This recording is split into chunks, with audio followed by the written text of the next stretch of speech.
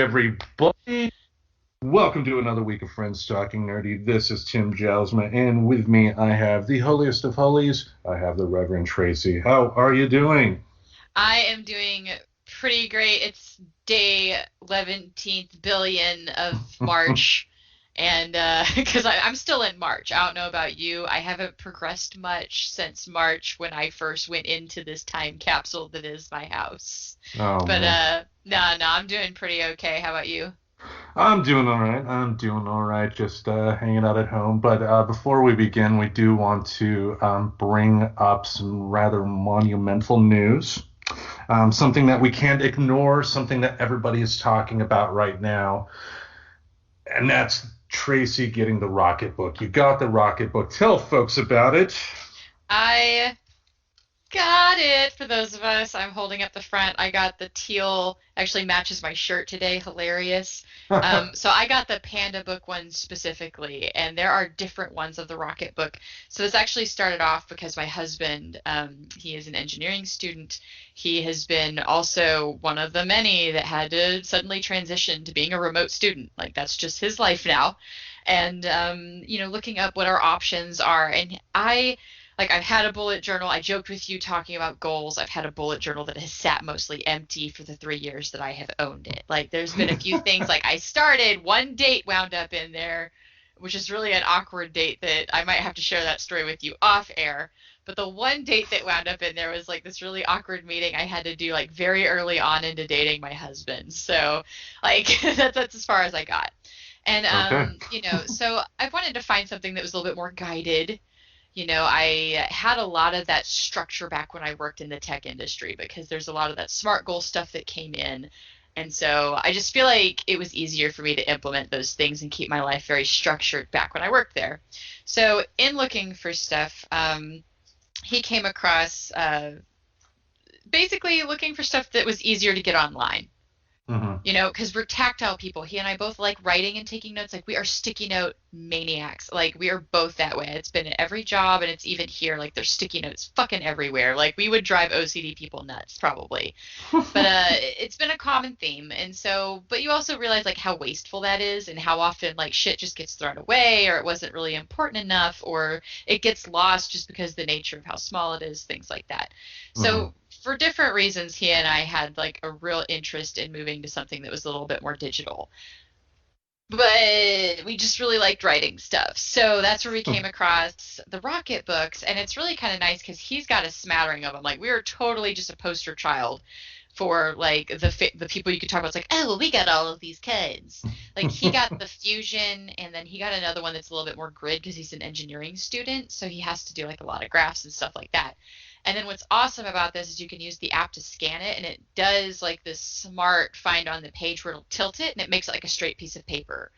So he's effectively able to scan what is his homework with his phone, and it makes a nice clean PDF that he can send.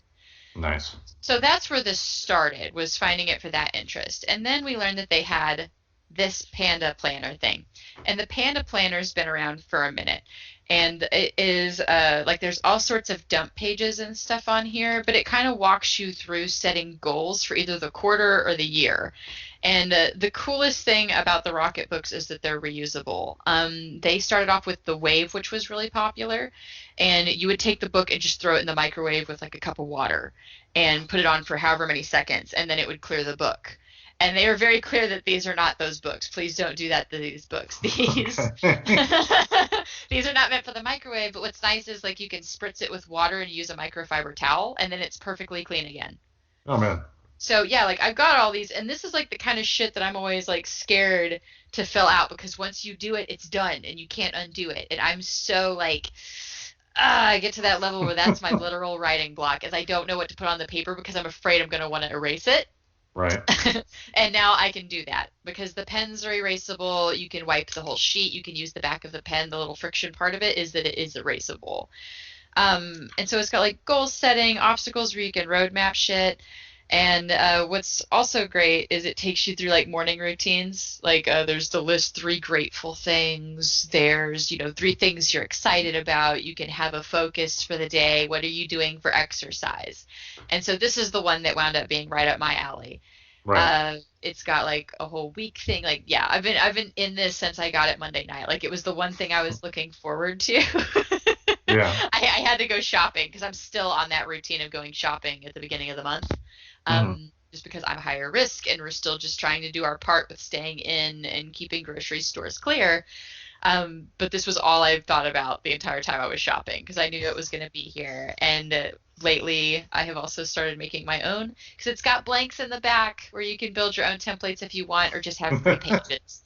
So, well, it's neat because once you lock in like a template, if you really like it, you can draw it in Sharpie and then you can do the same thing where you can spritz it with water. It'll clear all of your friction pen writing off and you have your own base template there. So, that is what I have been totally nerding the fuck out about. I totally get where Professor Aubrey is interested in this, and like I will totally chat with her about it till she's blue in the face.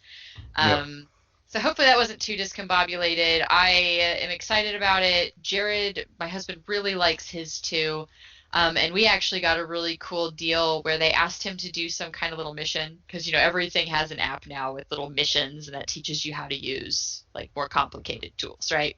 Right. So he finished one of the missions, and one of the things you can get are these little corners that help turn any whiteboard into a smart board for it. So you put the little beacons on each corner, and then you can do that same thing where you can take a picture of a whiteboard from the angles, and it uses that technology to help shore it up. So Hmm. even if you take a picture from the side, it looks like it's a straight-on picture. So Interesting. he, I guess, is getting us some of those for free at the low, low price of us doing some reviews. Um, so we're gonna try that out because we have a whiteboard. It's a really cool line of products for anybody looking, either for if it's just a notebook. They even have like a small, like a little tiny, like palm size, like the little flip notebook size. And there was a guy that we saw that he was big into golfing, for example, and he's one of the ones like, yeah, then you could take a Sharpie, and now it's like this is just I'm keeping par on this page. So I love the customizability of it all. And then there's also like I think it's funny when people go on the Panda Planner and they review it saying there's just a lot of templates in here, and I'm like, oh, well, that's kind of what you're buying. That was the whole Panda thing was they took a bunch of science and a bunch of stuff that works around goal settings, like some of the stuff that I talked about last time, and they built a templated journal for you.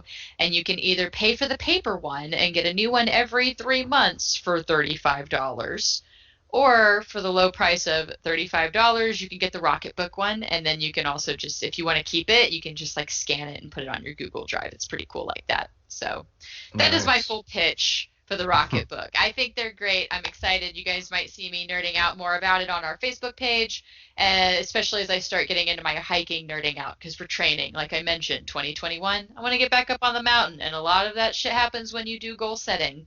So There we I go. might I might share that, share some of the love and the wealth, and who knows, maybe we'll get a backslash friends talking nerdy if we ever become a grown up podcast and have sponsors. Maybe you One can of either yeah. MeUndies or Rocketbook. Yeah, hopefully. I mean, there is. I forgot to bring it up. There is a company out there called Podcorn that podcast can like potentially reach out to potential advertisers, and I've done that. Not heard anywhere back as of yet, but it's certainly possible that we could be doing official advertising on the show. What you just heard was not an advertisement. Oh no, this is legit. I found, well, actually, my husband, my partner, found a product, and we got it this week and just legit nerding out, and I loved it so much. I wanted to bring it to our nerddom and just share, like anybody else that's looking for, like I said, there's as templated or untemplated as you want. Some of them are dot pages, some of them are line pages, some of them are like, hey, what did you meditate about today? Like there's levels. I appreciate that broad level. And if you're a bullet journaler, then you're looking for a way to not have to keep your bullet journal over and over and not have to keep making the same pages. Dude, you already have a template built in your bullet journal, and you could easily put that over to this, and then you've got a reusable thing. And if you like to keep it, you still can. It's just, we have it where it's scanned and then it goes to your Google Drive or whatever. Right. So I love it. I've been so impressed with it, and I'm happy that I found that blend because I was worried that it would feel weird to write with, or that just for whatever reason I wouldn't love it. But I've been addicted to it. Like, just I want to spend that time in the morning thinking about my day now, which is awesome and a really good way to be productive in general. Hmm. Yeah, I mean, as you know, stuff like that is not for me. Not really the list type of person. But yeah, it definitely does sound nice though, being able to have all of those options to where the people that are heavy into lists, because there are people that are that will literally like, I'm going to do this, and this today, and then they will make sure everything is done at the time they allotted to do, and Yes. so it's nice to have something for people like that, and something that for people that may not necessarily need all of the all the tricks and whistles and whatever. Yeah, and I love that you can use it kind of as much and as little. Like, you don't have to fill out every part, but there is a lot of science behind the gratefulness practice of listing those three things you're grateful for. There's also like an evening routine of like, what were my wins today and how am I going to make tomorrow better? There's like weekly stuff in there that covers like, hey, what am I going to do this week to improve like relationships or improve my health? Like, so, but you don't have to use all the pages, and that's what's kind of great about it. But if you want something to help guide you into that, like if you want to be that kind of person that does those gratefulness practices, that, you're looking for that kind of guidance, the Panda Planner, either the paper one, I am a big proponent of the Rocketbook one just because of paper waste. And like, what do you do with that shit? Like, what do you do with these old ass journals that you've like, oh, well, I had a dentist appointment at 2, and then at 3 o'clock I had a poop and thought deeply about this one thing I heard on this podcast I listened to. Like, nobody needs that. I don't need to save that on a shelf. I'd much rather it just be in Google Drive where I can pretend it doesn't exist. Unless I just go on there and be like, oh, okay, well, that was the day I listened to that Jack Cornfield podcast, and I guess I thought about it on the toilet. Well, But if you think about it, I mean, I mean, like reading biographies on like politicians from yesteryear and whatnot, like Nixon, Teddy Roosevelt, Abe Lincoln, I believe, commonly had journals that they wrote in every single night. Like Richard oh Nixon, yeah, for instance, had wrote journals every single night, and that he ended up utilizing a lot of the journal notes to help with his memoirs that he published right after he resigned from the presidency. But the people used to do that a lot more in terms of detailing the events of their day, and I think that is a lost art in some way. To your point, not that we need to have it memorialized for all of time. That you went and got your prescriptions at the store three years ago or something like that. But right. I think people do need to consider just write about your day more, if only to have something as like because me personally, I have written my life story. I don't ever really plan to publish it unless I get super rich and famous and I can make some great money off of it.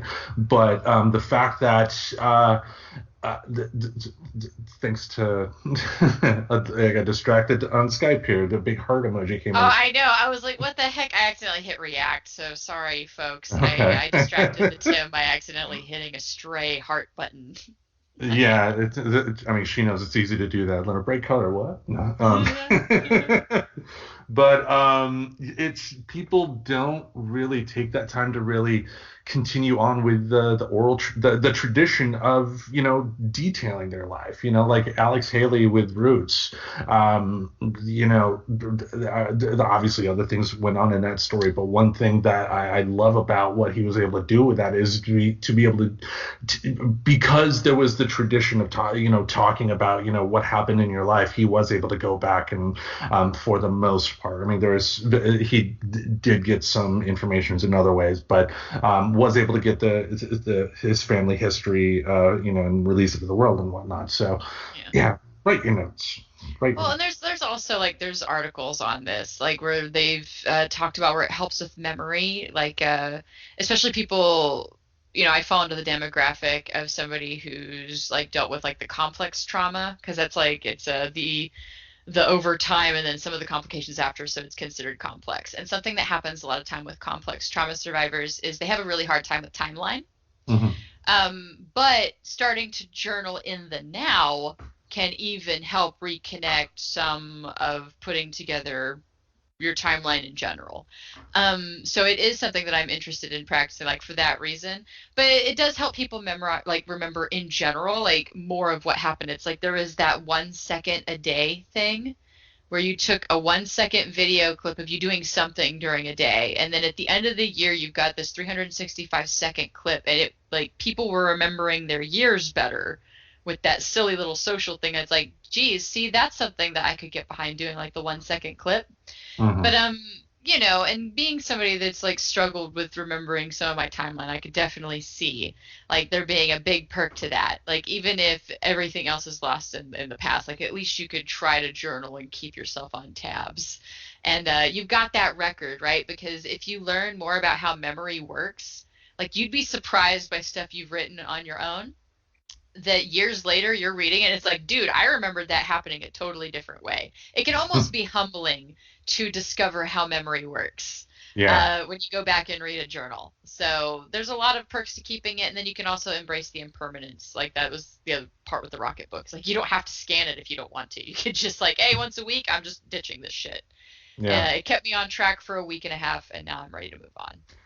Now, one thing that we're not going to be forgetting anytime soon is what happened yesterday. Yesterday, when we recorded this, was Wednesday, January 6th, and the the Congress of the United States was attacked by insurrectionists that were directed by the President of the United States. Never, ever, ever thought I would see anything like that. Yeah. When did you first hear about Yeah, so yeah, we'll do the whole where was I when, and then I it? figured because we wound up talking about it together pretty quick, like going back and forth about this. Probably because we knew we'd end up talking about it. But Yeah, yeah. mine, I was in the kitchen, got a text message from one of my good friends with just like a screenshot of some news feed saying like, Capital, and I went, what the fuck? And so I had my laptop downstairs because I had been doing some work earlier in the day, so I was like, I'm just gonna turn this on. And I pretty much was talking to you about it, I think, at that point, even because you had mentioned like the whole shots fired thing. I was like, well, I'm watching the BBC and they tend to be really careful.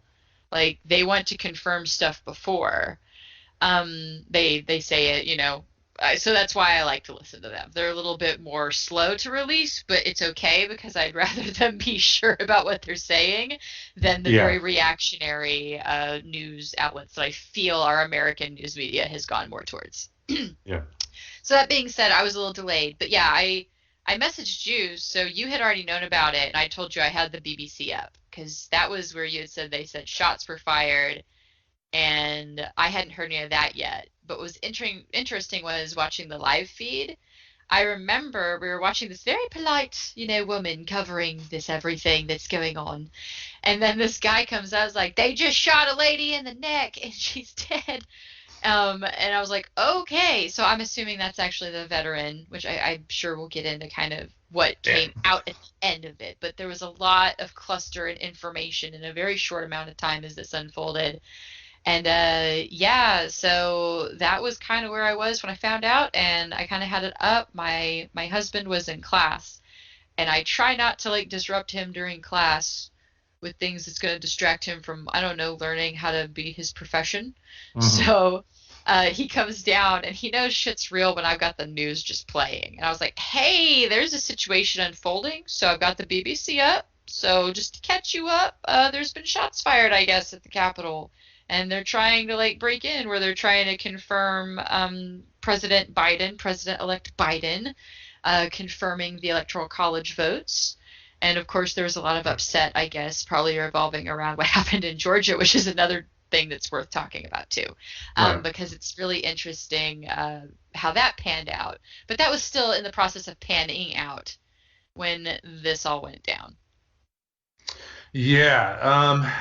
I, I mean, Aubrey and I, the professor and I, were up the night before, kind of watching some of the results come in from Georgia, and I knew that because because Wednesday the 6th, when this happened, there was a big gathering, I guess near the White House, and the president was going to speak at that, and I was hoping.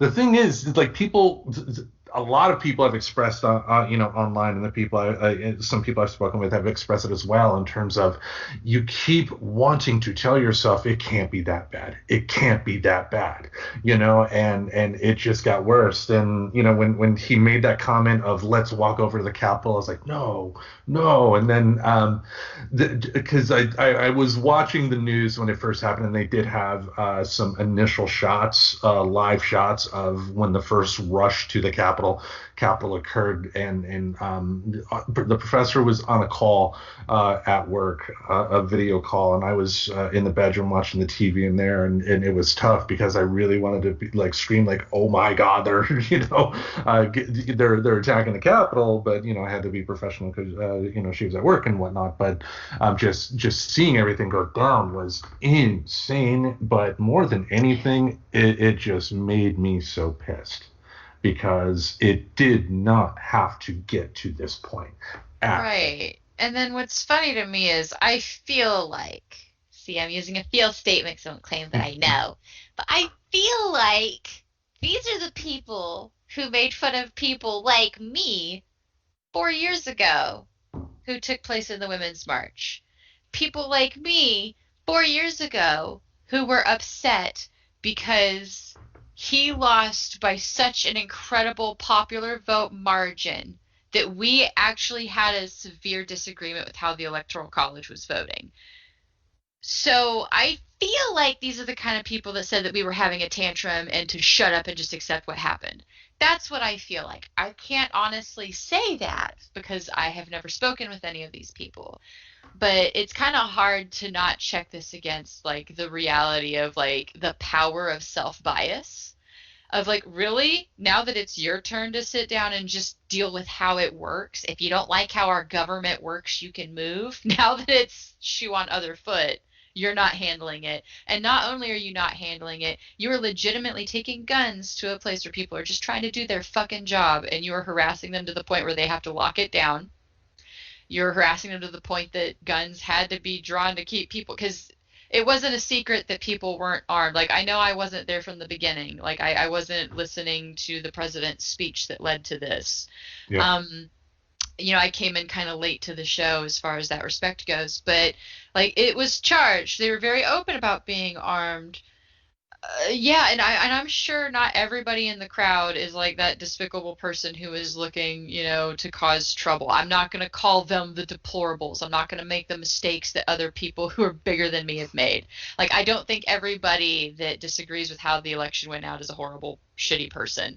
However, the guy that was holding the flag of Trump's head, like superimposed on Rambo's body, he's probably a little off his rocker. And I tell you, if you look, it's there. I saw it. It was a huge flag, and it was Rambo body with Trump's stupid face on it. I And know I what you're can't talking about. wait I until this yeah. dude is no longer in that office. Like, yeah, because those of us that were legitimately concerned about this happening were told that we were being silly.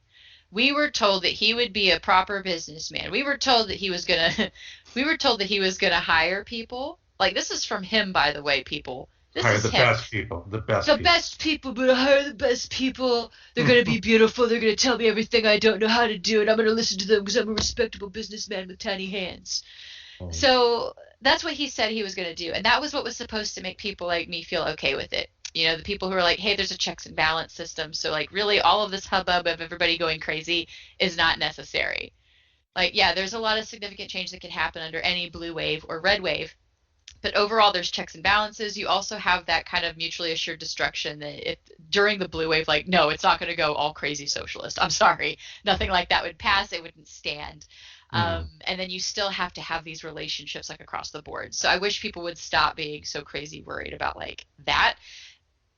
But I don't know, this president kind of proved that it does kind of matter. Like, I used to kind of be of that stance that maybe it didn't matter because of all this checks and balance, but this definitely went to show that when you have somebody in that seat that has no idea how politics work, how damaging it can be. Yeah, like the judges issue. Now, one reason Republicans were so easy to glom onto Trump is that they felt that if he got elected, they would have a chance to fill the courts, and they did beautifully.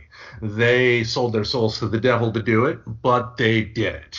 And the big concern among folks the past 4 years with those judicial appointments was that if a situation like this did occur, that they're going to repay the favor, so to speak.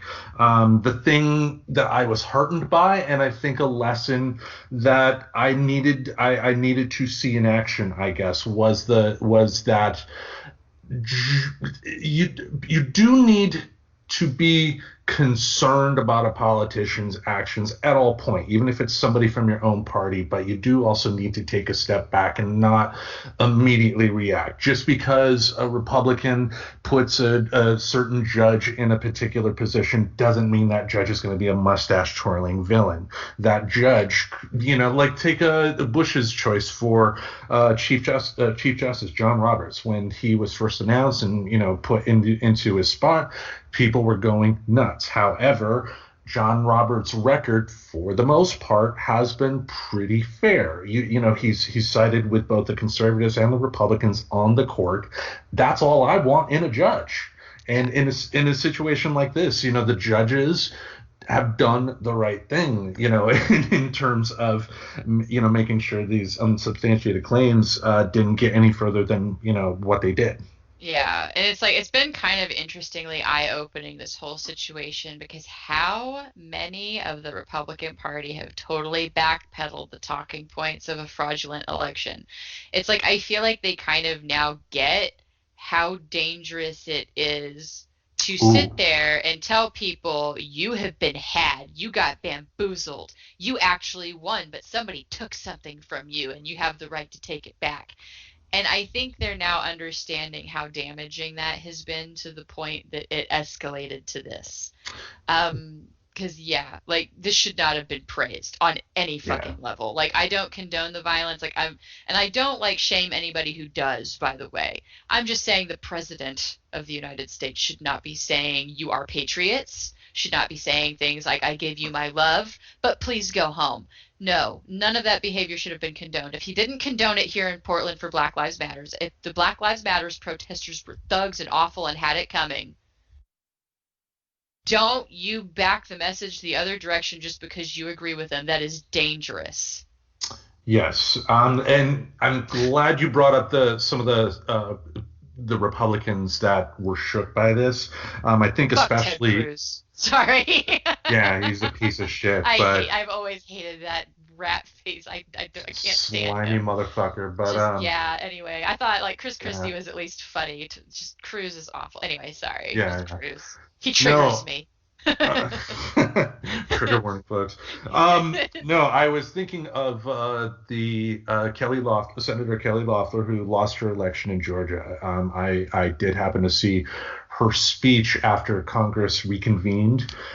She was initially going to contest the results in Georgia, but then, in her speech, she ultimately said in good conscience she could no longer go through with that. And just how she delivered that, she has a lot of things to be ashamed of in terms of her insider trading and COVID-19 denialism while making money off of that. But she let the people speak, and she let that be respected instead of saying, nope, I'm going to dig, and I'm going to find fraud, even though I have no real reason to believe that there was fraud because nobody's been able to present any actual factual proof that there has been fraud.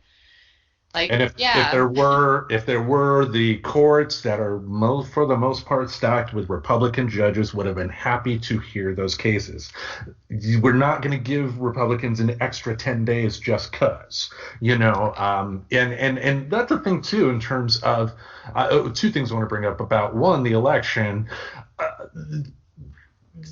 we got to trust in our institutions. And while we should always be skeptical and constantly be vigilant to make sure things are going well, we've been going for 244 years now. And I think in terms of election security, we're showing that we're doing okay. The past 4 years, yeah, we've been influenced by Russia and whatnot, but in terms of officially having voter fraud on the scale that they're accusing, no, that's not logical. It did not happen, especially like they're saying it's happening in Republican states too. Which, how can you contest that but say your election was just fine?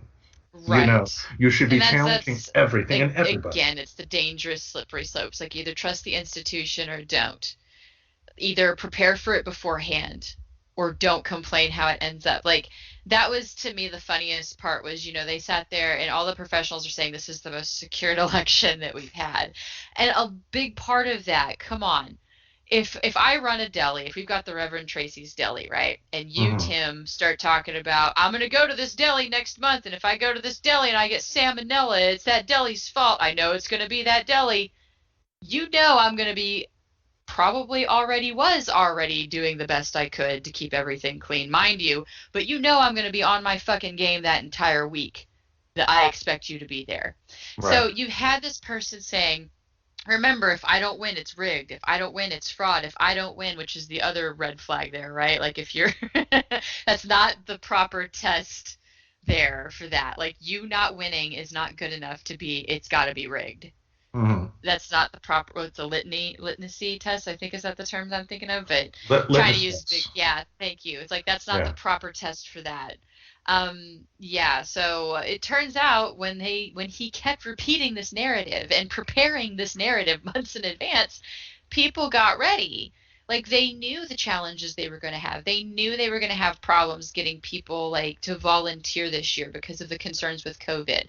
So they did the best they could to at least make sure everything on the fraud level and getting things done and getting things counted as quickly and reasonably as they could got done.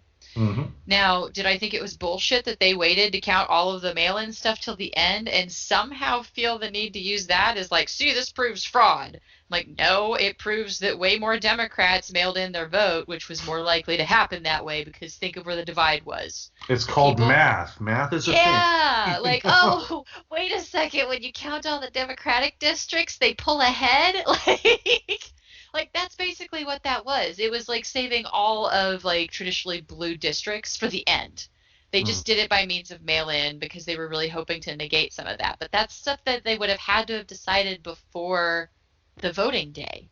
So at that point, it was mute. Like it was a moot point, and they could have gone ahead and like done it differently. But it panned out the way it did.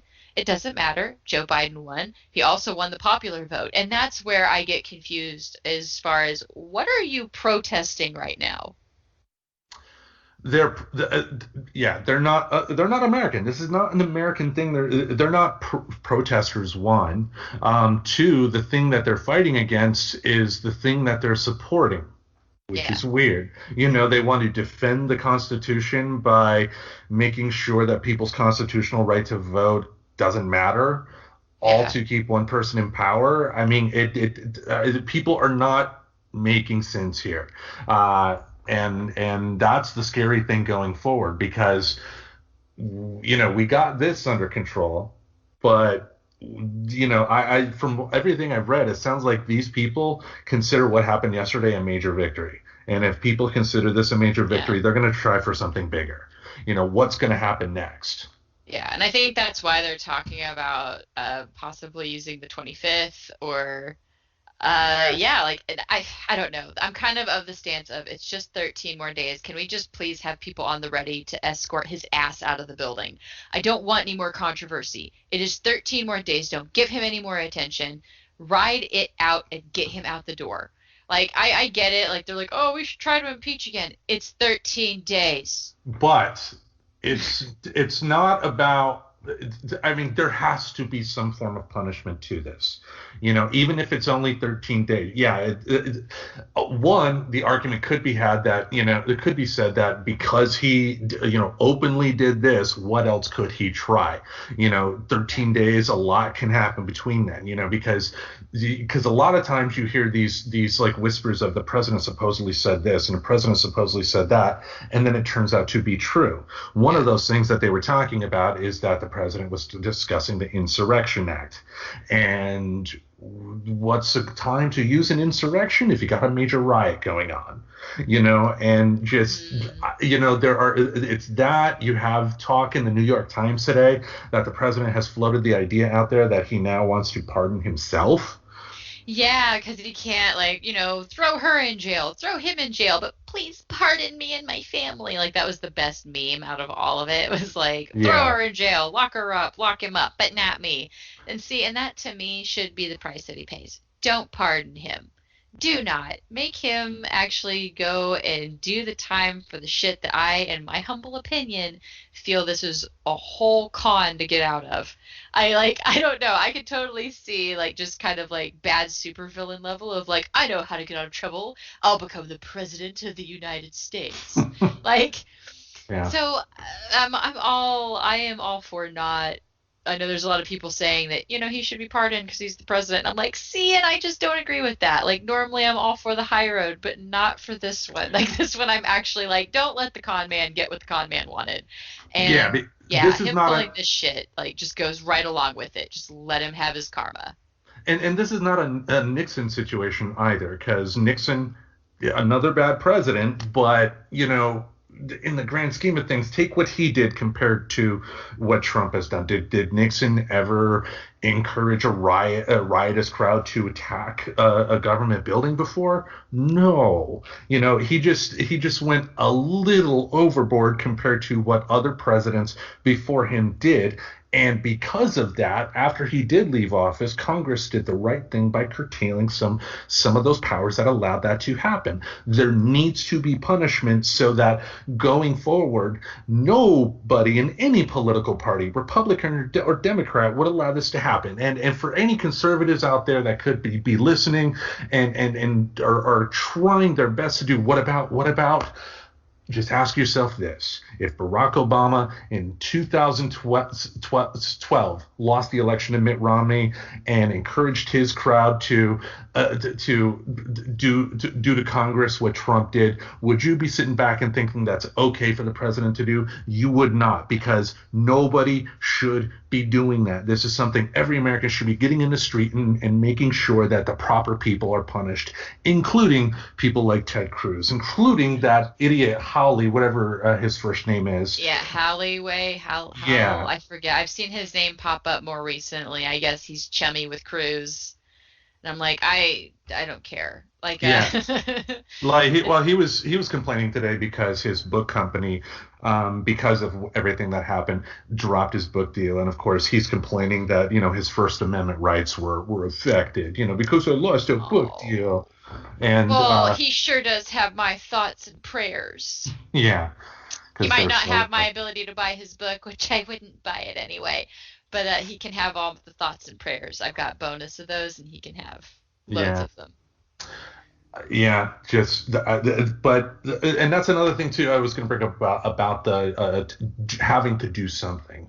If we go the impeachment route, yes, it's only 13 days, but if we go through that route or the 25th Amendment route, then if either one of those options, from my understanding, would make it so that in 2024 Trump would not be able to run for office again, and and Republicans if Republicans ever want a chance to move on from this, they need to take advantage of that. This would be one way. This would be one way. Getting him out of office in the 13-day would be one way for. I could say they saw the destruction of what they did and they realized it was wrong, even though it was the very last minute. At least they made sure it wasn't happening again. They need to save some face really hardcore if they want to be taken as a serious party, because I had a really hard time with them that they let this happen in the first place. That's Hmm. where, talk shit all you want about the Democrats and that they didn't let that Bernie didn't go through. To be fair, they did their job. Bernie wasn't a Democrat. Come on, he flipped right back to independent. He flip-flopped again when he started running again this time. But I think it really highlighted like that really it is two parties. Like that was I think it served its purpose. Hmm. And I think the Democratic Party, in a way, did what they should have done. They didn't want a non-Democrat on their Democrat ticket. They wanted a Democrat on there. Now, why the GOP did not see that this was a problem back in 2016 is fucking beyond me. They thought, well, no news is bad news, and he gets all the news, so that's all good news, and he's going to get the votes, and he's going to secure a win. So they went marketing mentality, and I think they learned hardcore how bad that is. Oh, So I Mitch. hope they redeem themselves hardcore after this. I have hope. I want it because we've talked about it. I try very hard. I want it to be a struggle for me to choose who to vote between, and that just has not been the case in a long time, and I'm ready for that world again. That's I'm glad you brought that up too, because another face that I was fascinated in seeing and how he reacted was Mitch McConnell. And after the Senate came back, there was a different tone in how he spoke. And interesting enough, today, the head of the Department of Transportation, Elaine Chao, Mitch McConnell's wife, put in her resignation effective Monday. Interesting that she did that with all of this talk about the 25th Amendment in play, because if she's still there until Monday, then they would still be able to utilize her for a 25th Amendment thing if they have to go that route. So it's as excuse me, as we record this, it is going to be an historic couple weeks to be sure. Yeah. And yeah, it's I'm gonna be continue to be glued on the news just like everybody else in the world, because as people on Twitter had it right. Do I want to trust nuclear codes to somebody that's been banned from Twitter and Facebook? Do I really want to trust the nuclear codes with somebody like that? Yeah. No. And just we got to move on from this, but people need the people that encourage this need to realize that there are consequences to their actions. So what I want to see going forward is I don't want well, I think we need to work with Republicans like a Mitt Romney, the adults in the room. Democrats can't do what they did during the Obama administration in terms of trying to continue to reach out to people that just don't want to work with you. Yeah. We got 2 years at minimum to try to make some positive change. And I think, you're going to hear a lot of hemming and hawing from the Republicans. They're already doing it now, talking about their deficit hawks again, because the Democrats back in office has to clean up another Republicans mess, and the Republicans are back to being deficit hawks. And we as progressives, as people that, not even as progressives, not even as Democrats, but as an American citizen, seeing the actions of these people, we can't ever not be vigilant. Yeah. Anybody that helped support this in any way, shape, or form needs to be challenged at every turn until all of them are out. Now, that does not mean that I'm not implying that there will ever be a time to where Congress will all be Democrat. I'm not saying that. There will be good, honest Republicans out there that I will never agree with on anything, but will still work, Yeah. compromise and all that stuff. That's not too much to ask for. We've done it before. We can do it again. It's just wow. We Yeah. can't ever things get this bad again. And my fear is that it's going to get worse. Yeah. I mean, I'm excited. Those Senate seats tipping over. It's going to be a very interesting time. Hmm. Because now we actually do have the blue wave for at least the 2 years. Now it's because the numbers are so close, we could lose that blue wave in that 2 year time. Like I mentioned before, I'm not anticipating like a lot of drastic change, but some things that I'm looking forward to is I think that this actually means that we're going to address the student debt crisis.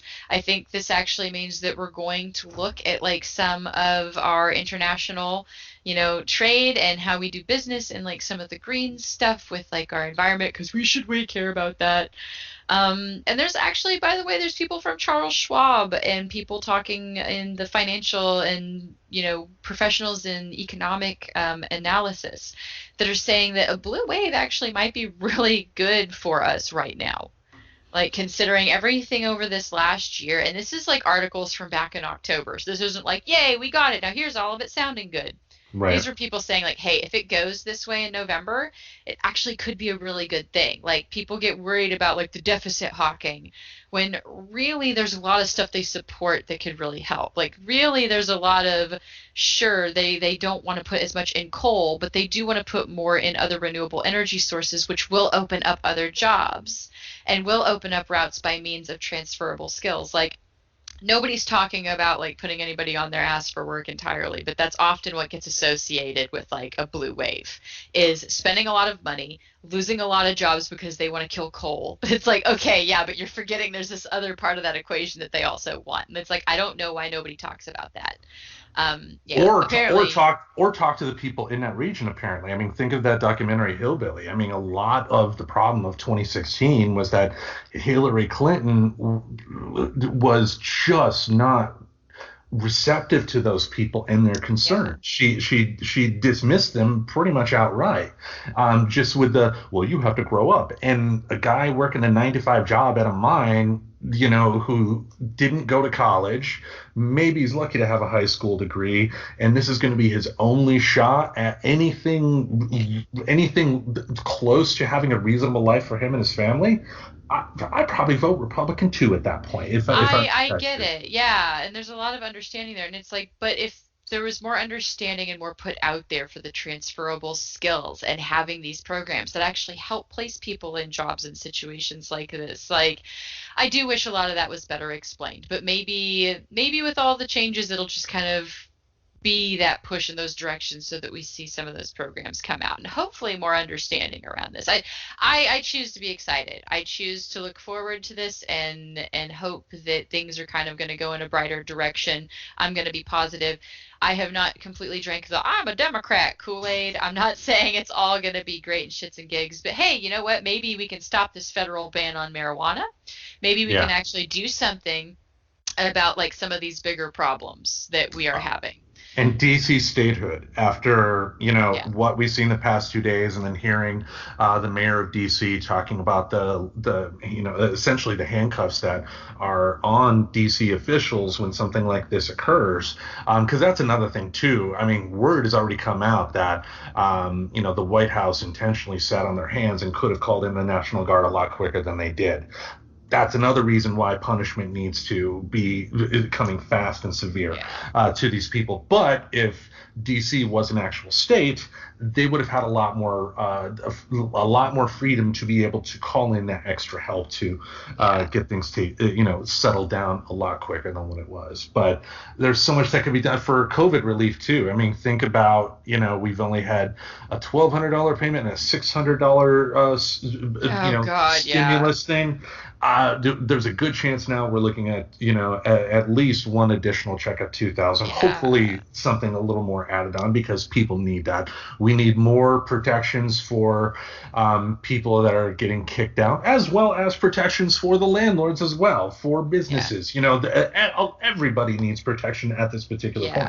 I mostly, my big wish list for the at least the little bit of a blue wave that we have coming is that they forgive student loan debt, because that would be a big sigh of relief. They immediately pushed me off again until the end of January, and I think a lot of that was waiting to see how these elections were going to come out, because that is such a hot topic right now.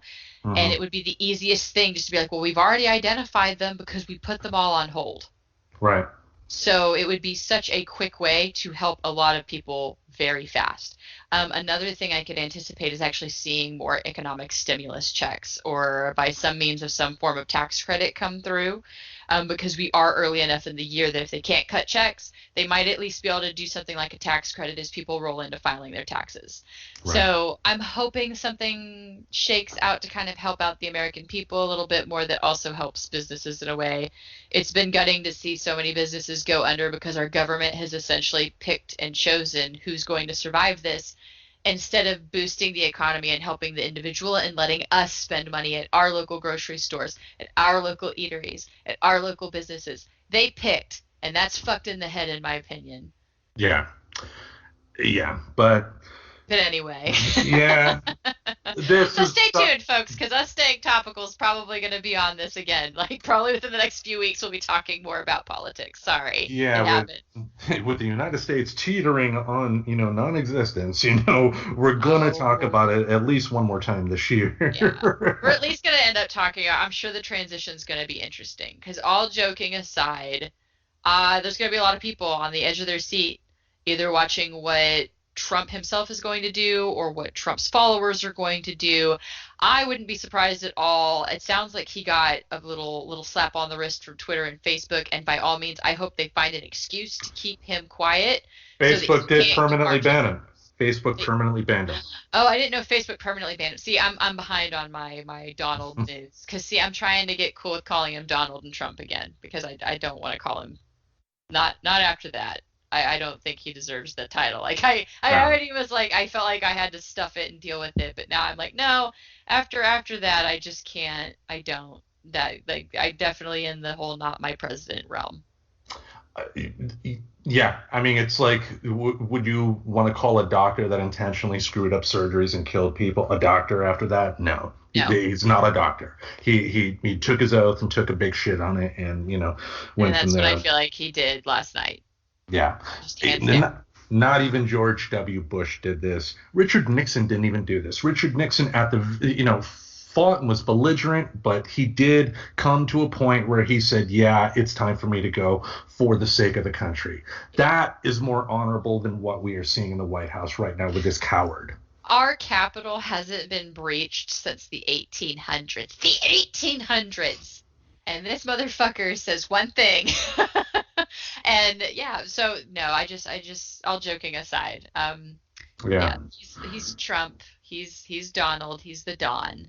And he's doing what the Don does, which he is being a reality show host until the minute he's cut from air. So I'm excited that it's good to know about Facebook. I hope Twitter keeps him quiet because yeah, they have their own rules and stuff, and I know they pulled a lot of stuff, and YouTube pulled the video that he did because of the claims of fraudulent voting, whatever. So It I don't was a know. landslide. I hope that he could just disappear quietly into the night and just be arrested, and just one day he's not on the news constantly anymore. I'm tired Yeah. of it. Yeah. Anyway, let's move on to a slightly more fun topic here, and that's a new Netflix show, The History of Swear Words, hosted by one of the most esteemed actors of the last 500 years, one Nicolas Cage. Oh, Nick Cage. Yeah. I won't go into the show too much because, frankly, the show doesn't have much to it. Sadly, some of the good aspects, Nicolas Cage himself. So, I mean, apparently he filmed all of his spots in one day, and they must have just told him, be your public persona times 100. Because that's how he ended up presenting it. But there was some good aspects to the show. I did love the educators that were on that talked about the etymology of these words. But for the most part, one, the episodes were like 20 minutes long at best. And two, it felt like those old VH1 shows like I Love the 80s, which are fine, but an I Love the 80s show is more frivolous, more something you have on in the background just for background noise type of deal, and doesn't try to present itself as an educational type of thing. And I was expecting more of that, and I just wish that they left more of the humor to Nicolas Cage and let the experts, do their job, because you had some interesting people talking about the history of these words, but they just cut more often to comedians like Nikki Glazer, who was annoying as fuck, Sarah Silverman.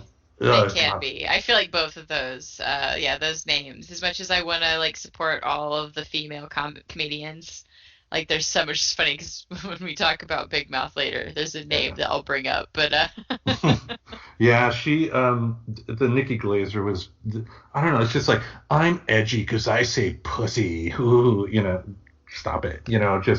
But what I wanted to do is we'll go through a list of the 6 words that they discussed and just, talk about them for a bit. Like the first episode was about fuck. What a word. What a word that can mean so much. I mean, it can describe an action. It can be used to emphasis as an emphasis type of deal. There's so much you can do with fuck. And anyway, what do you have any funny stories about the word fuck? Oh my God. I mean, probably. I mean, I guess I could have used to think about this a little bit much because what stinks is I was supposed to watch this last night and then Yeah. all of this stuff happened. But yeah, fuck. It's just fuck is a really good word. Fuck is the word. I don't know how to quit you. Fuck. Like every time I tell myself like Tracy, you're gonna start talking a little bit more like a lady and less like a sailor, and I'm like fucking A, I am shit. You know, it's the first word. No, it's I think it's the funniest word to learn. It's the most complex and robust of the words, but I don't know where it comes from. And I'm sure there was a point where I said it in front of my mom, and it was a bad thing. I probably got punished, but I don't remember. My mother was hypocritical in a lot of ways. When excuse me, it was in my 20s. I went over to her place one time, and I mean, you've heard me. I curse a lot, and I got into her place, and talking, and I swore, and without any sense of irony, she yelled and said, "Don't you swear in my fucking house." Mom, that's and yeah, just I don't know, just I remember as a kid too, when I never said it to my mother until I was like well past an adult because my mother could scream and I didn't want to deal with that. But when it was just me and my sister at home, or me with my friends with no adults around, oh, it was great being in 5th grade saying fuck, and Oh yes, just yeah, the power, the absolute power of yeah, being able to cuss and say these words that aren't allowed. And see, like that's a little bit of my raising was a little different too, because culturally speaking, cursing in Germany, for example, like kind of different, handled different there. So uh-huh. I had a little bit of that because my dad was first generation American. Well, actually, no, I'm first generation American because my dad wasn't born here. He was born in Germany. So we had a little bit of that, like, you can cuss at home, but don't you do it in front of any adults outside of the house.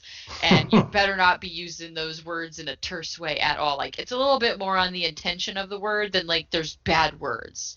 So I think it just depends on, like, culturally what influenced your house more. Do you Yeah. have there are bad words, or you use words in a bad way? Like, we're very much you can use any word and it be nasty. Like, just because it's not fuck doesn't mean you're not saying it with that stank on it. Like, screw you is just as bad. Like, Yeah. I know with my kids, I let them curse around me. And one, I thought it was funny, but two, to me, when it comes to kids, I think the importance isn't to teach them not to curse. The importance is to teach them the appropriate times when it's okay. yeah, One thing the show brought up too is that scientists have determined that swear words actually kind of are important because even people that don't say fuck but say fudge, uh, they're still utilizing the part of the brain that is using that as a swear, yep. and it's important to have some sort of loud exclamation like that, even if you're making up a word. But another word they talked about was shit. And it was interesting that when they talked about it, and a number of these other words too, in a lot of ways, it was kind of, it's a lot of ways, some of the conversations they had about this were similar to what you hear about like hip hop artists using the N word in Mhm. terms of being able to reclaim it in a way, like in terms of shit, what the example that they brought up is that how it's changed in a lot of ways, the meaning of it when you have people say, I'm the shit. They're not saying that they're a literal piece of feces. They're saying they're the best at what they do and whatnot. And it's Yeah. it's interesting how words can, kind of morph like that. Well, they do evolve. It's like, look at gay. Gay evolved. Like, Hmm. I know it's probably wasn't covered as a curse word, I'm sure, but I Yeah. know I got in trouble in English class for saying something was queer because she thought that I was being rude and I was being a smartass because I had looked up queer in the dictionary and it just meant like just weird and off. Like I forget, it was something about being off routine because she said that we were having a quiz today instead of Friday. And I went, that's queer. And I really genuinely meant it like, oh, that's strange. So I thought it was cool that it had another meaning, and I thought my English teacher would get that, but instead I got asked to go to the principal's office. So, Okay, that's a little intense. but I mean, it's just the evolution of words, though. Like there's queer wasn't invented to be a slur.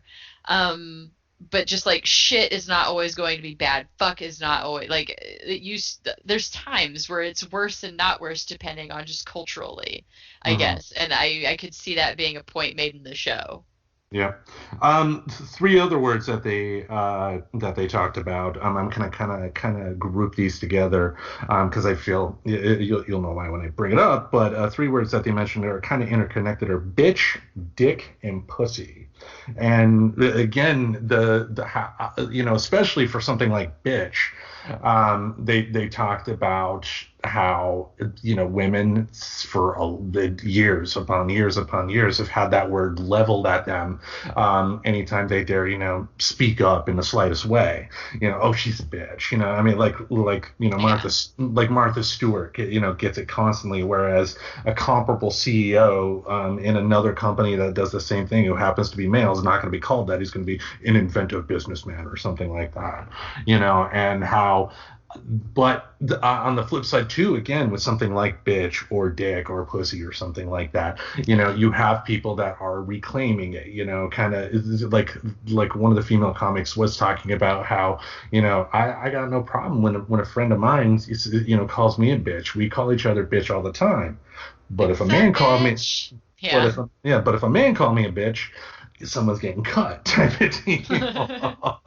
Yeah, like, and I get some of the power to that. I don't know. I never got behind the sup bitch. Like, I thought it was funny to say yes queen, but like I didn't own it as part of my everyday. I just just yes queen every now and then. But yeah, I don't call people bitch. I try to like not go that way. Not that anybody's bad for doing it. You use words to your comfort level.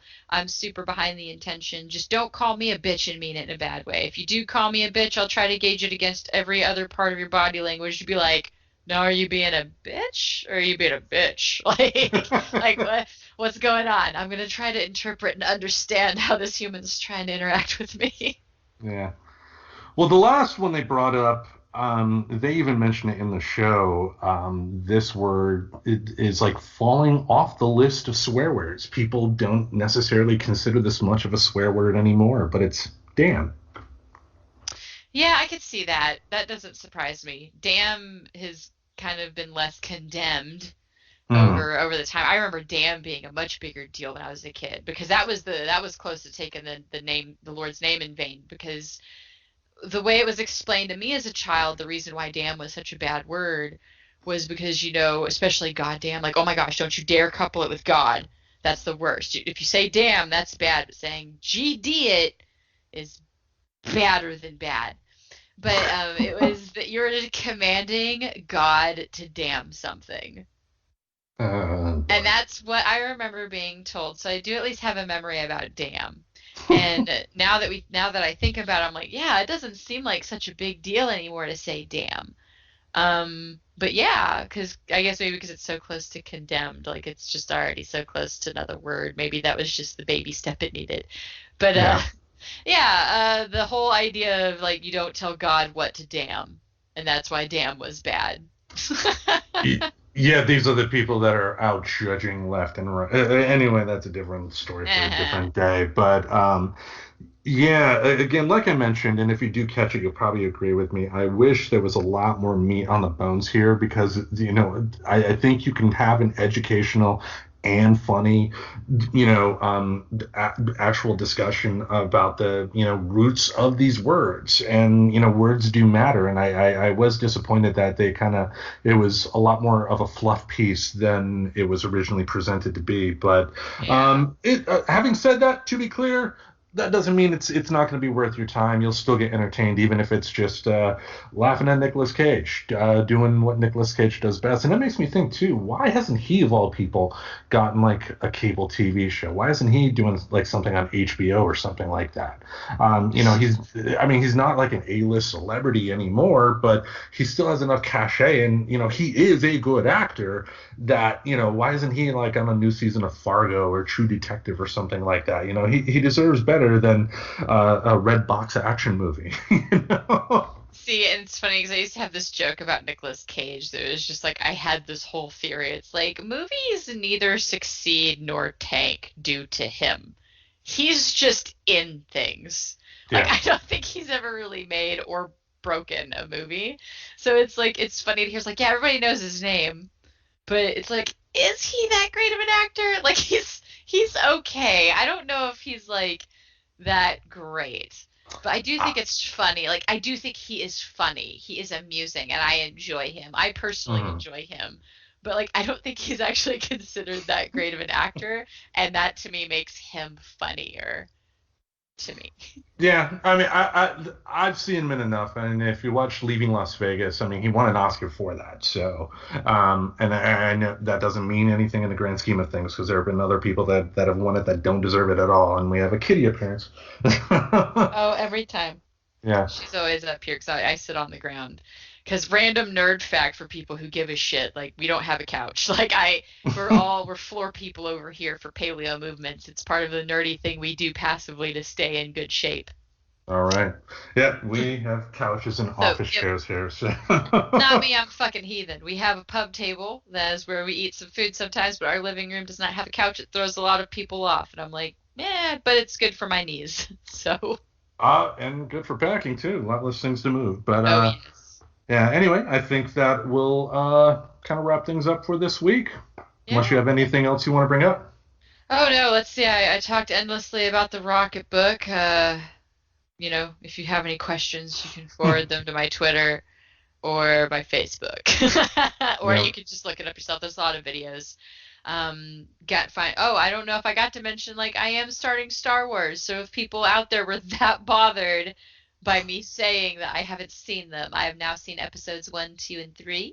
And we covered the big deal with last night, and I think we did cover all of the things that we wanted to cover. Episode 2 is the worst, right? Oh, yeah. Yeah, I think that was pretty bad. Like, so a real gauge of how bad Tracy thinks a movie is if Tracy can't tell you anything that happened in it.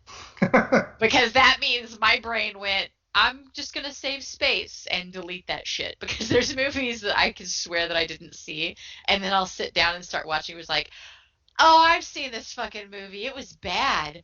Like, I don't even remember how it ended. I just know that it was bad, and then I'll watch it like, yeah, it was bad. It was bad the second time, too. I'll send you the links, but you should also watch from Red Letter Media the Mr. Plinkett reviews. I may have even shown them to you a long time ago, but they're funny. They're dark funny because the guy who's doing it is playing a character by the name of Mr. Plinkett, who was a Titanic survivor in his 40s, but he's like 120 now and a serial killer and loves making YouTube reviews about Star Wars movies. Oh, okay. And like episode 1, the Phantom Menace episode starts off with Star Wars: The Phantom Menace is the worst thing since my son. And unlike my son who killed himself in a gas station bathroom, this movie's going to go on forever. So interesting stuff. Interesting times. But it's kind of interesting because you're seeing why like people kind of freaked out about certain casting choices, because I've now seen Jango Fett and I'm like, oh, I understand now. That's why. And there's little Boba Fett. That was him, and then he watched his dad die. And I'm like, oh, okay, clone daddy. Oh, and that's what the good that the Mandalorian has done. I mean, I love having those callbacks. It doesn't make episode 2 good, but it's nice, Mando, that's a thing, yay, But all right, we will wrap it up. Thank you all for listening, and we will see you next week. Later. Subscribe to Friends Talking Nerdy on iTunes, the Google Play Music Store, as well as Spotify. Remember to support Friends Talking Nerdy on Patreon. Goodbye, darling.